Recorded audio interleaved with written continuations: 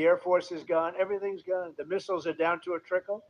The drones are down to probably 25%, and they'll soon be down to nothing. We'll have where they manufacture the drones are under fire as we speak. They're being hit. So the rest is going to be determination as to my attitude, along with the people in the Trump administration, what we want to do. Thank you. Yeah, please. Can I ask you, you mentioned you were going to waive certain additional oil waivers or sanctions. Can you talk a little bit more about that and address in particular? Well, we're looking to keep the oil prices down. We went artificially up because of this excursion into a very positive thing. I mean, this was an excursion that a lot of people wouldn't have done. I knew oil prices would go up if I did this, and they've gone up probably less than I thought they'd go up.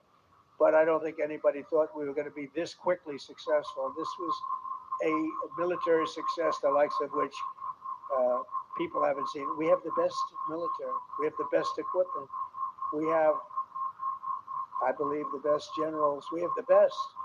And this went very quickly. We talked about that with President Putin. He was very impressed with what he saw because nobody's ever seen anything quite like it. You know, Iran was a very powerful military country with all of the missiles. Now, you had the double attack. You had the original attack with us in Israel, and that knocked them for a loop. Then you had the B-2 bombers, which took out their nuclear capability, and they would have had a nuclear weapon within 2 weeks to 4 weeks. And they would have used it long before this press conference.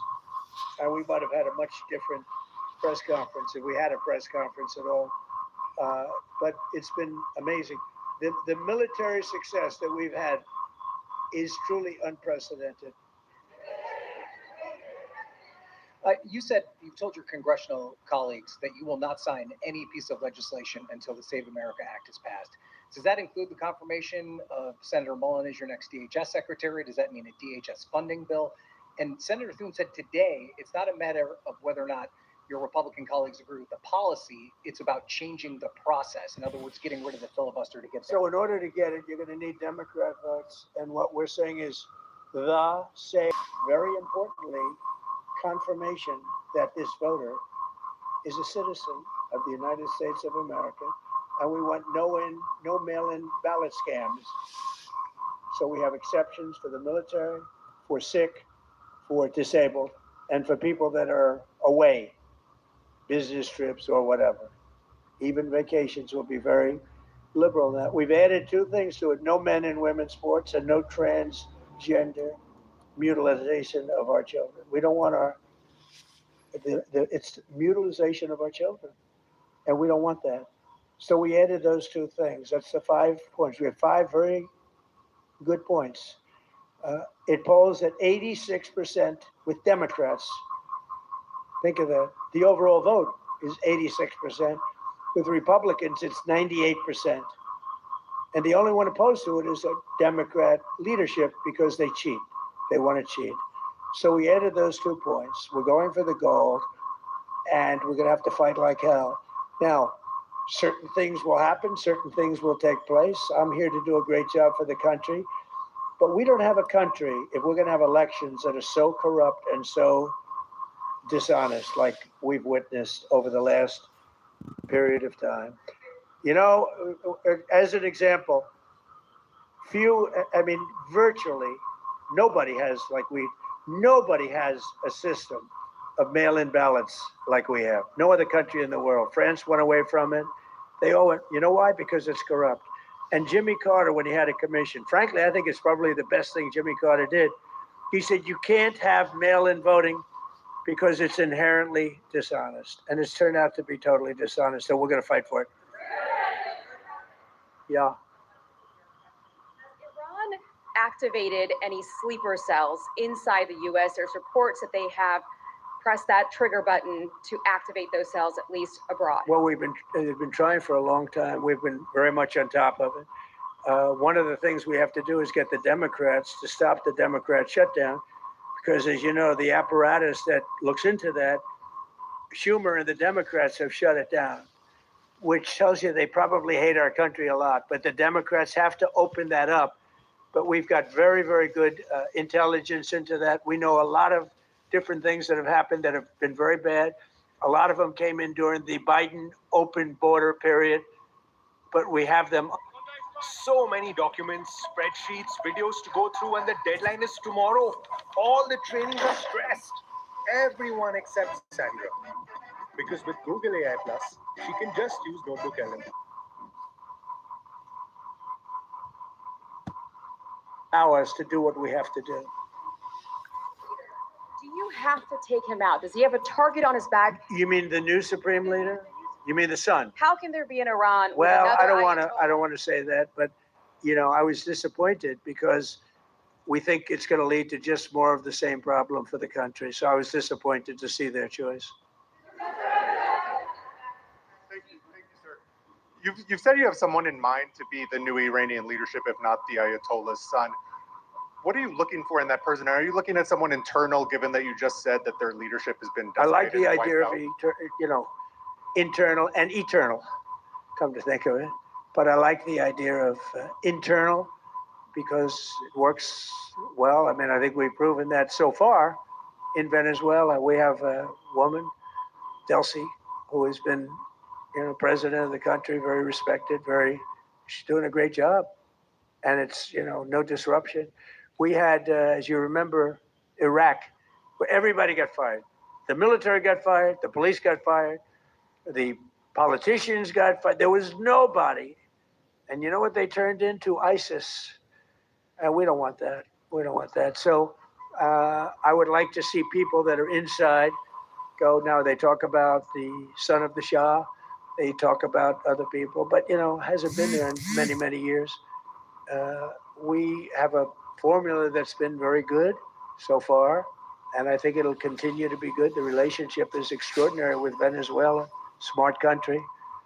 We've taken out 100 million barrels of oil. It's right now in Houston being taken care of and made so beautiful. And you have to see this at work. They have it's brought to the refineries. It's being refined in Houston, which is made exactly for that product. And so far, but it's 100 million barrels of oil, and now they have another 100 million barrels coming. And it's like a partnership. We're getting along so well with them. It's great for Venezuela, and it's great for the United States. Yeah, please go ahead.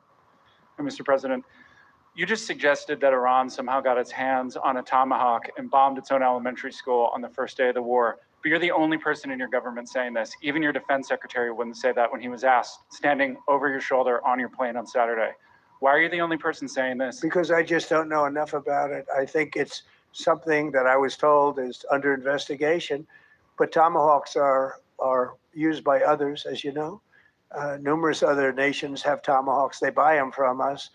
But I will certainly, whatever the report shows, I'm willing to live with that report. Yeah, please.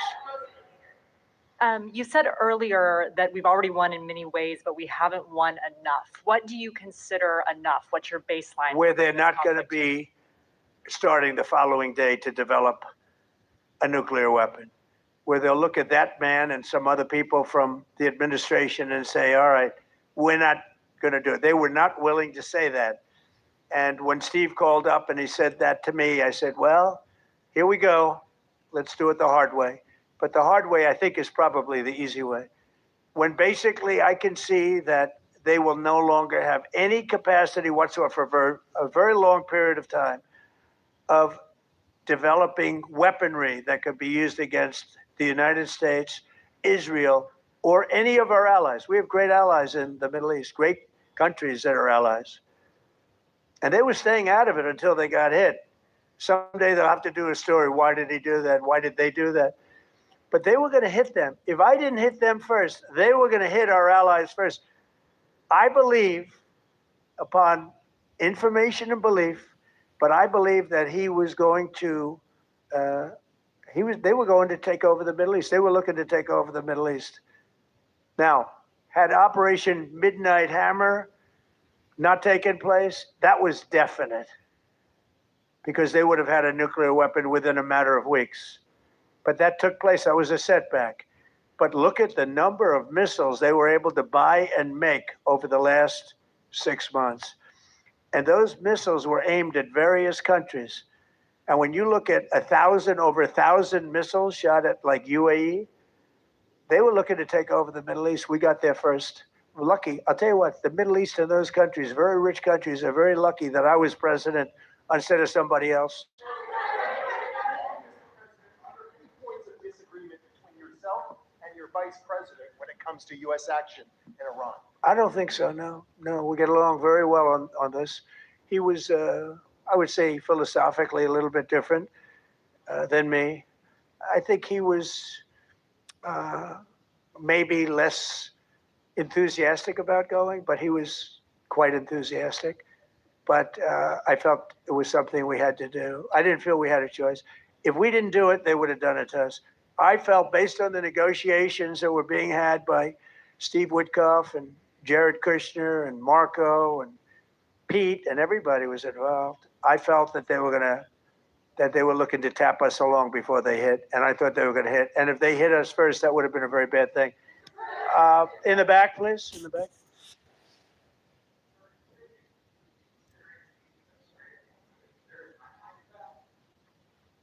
About the Strait, you mean? Yeah, well, I want to keep it open. I want to keep it good. You know, it doesn't pertain to us so much as it does to China. We're really helping China here and other countries because they get a lot of their energy from the Straits. But hey, look, we have a good relationship with China. It's my honor to do it. Yeah. Leader, you have called him an unacceptable choice. So does he have a target on his back? And how can you say I don't want to say whether or not he does because that would be inappropriate. But hey, look, I had a target on my back because, as you people wrote pretty well, they caught the assassin that was after me. So we just got them first, but they caught the assassin. They have him now in custody that was after me. So, you know, but people don't like to mention that, but they did catch him. And I'd like to congratulate our military, Secret Service, FBI, all of the people that worked on that, but they did. Yeah, please. Go ahead. No, go ahead, please. Thank you, Mr. President. You promised the Iranian people you would help them, but it sounds like you're willing to end this fight after your military objectives have wrapped up. Isn't that a betrayal of the Will people? I help them?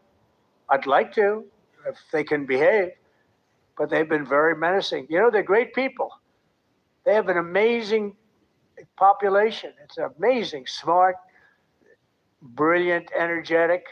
They have a great, I'd love to help them, but they have to be in a system that allows them to be helped. And right now they're in a system that only allows failure. And I don't want that. And I want a system that's not going to be attacking us. We want a system that can lead to many years of peace. And if we can't have that, we might as well get it over with right now. Yeah, please. Mr. President, as of today, there have been 8 U.S. military fatalities associated with the war in Iran. How many American deaths are you willing to have in this war? Well, as I said before, when you have conflict, it's been a very big 2 days, I have to say. And we'll be heading back to Washington, D.C. right after this. And I'd like to wish everyone a very good evening. And over the weekend, the United States military and the Israeli Defense Forces continued Operation Epic Fury very successfully. Over the past 9 days, we've carried out some of the most powerful and complex military strikes and maneuvers the world has ever seen. Now, you add that up to all of the other things, Midnight Hammer, getting rid of the nuclear threat from Iran, which was a big moment in history, in my opinion, and the great success.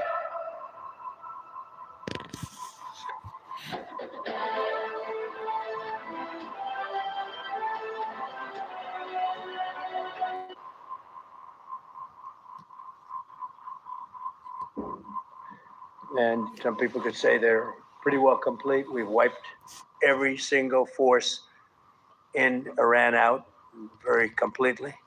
Most of Iran's naval power has been sunk. It's on the bottom of the sea, and it's almost 50 ships. I was just notified it's 51 ships. I didn't know they had that many. Didn't last very long. And these are fighting vessels that they're meant to fight, but they're not meant to fight against us. We continue to target Iran's drone and missile capabilities. Their drones are way down. Their drone manufacturing's been hit starting today. We know all of the places they manufacture the drones, and they're being hit one after another. Their missile capability is down to about 10%, maybe less. We're also hitting where they make missiles and where they deliver missiles. We've struck over 5,000 targets to date, some of them very major targets.